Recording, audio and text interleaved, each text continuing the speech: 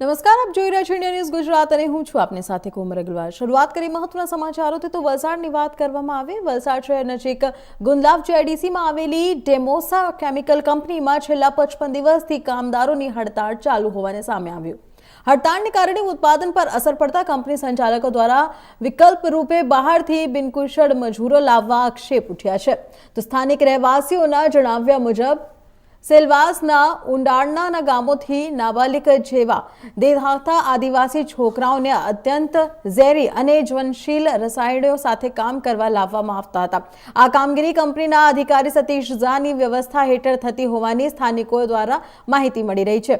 ગત શનિવારે રાત્રે આવી રીતે 2 રિક્ષામાં આશરે 13 જેટલા છોકરાઓ જીઆઈડીસીમાં પ્રવેશતા ગ્રામજનોએ તેમને રોક્યા હતા। પરિસ્થિતિની ગંભીરતાને જોતા કંપનીના એચઆર મેનેજર જયેશભાઈ અને કર્મચારી સુનિલભાઈ સ્થળ પર પહોંચ્યા અને 112 પર પોલીસને જાણ કરી। પોલીસે પહોંચી પરિસ્થિતિ સંભાળી અને છોકરાઓને પરત મોકલ્યા હતા। પોલીસની તાત્કાલિક અને સમજદારીપૂર્વકની કામગીરીની સ્થાનિકોએ પ્રશંસા પણ કરી હતી।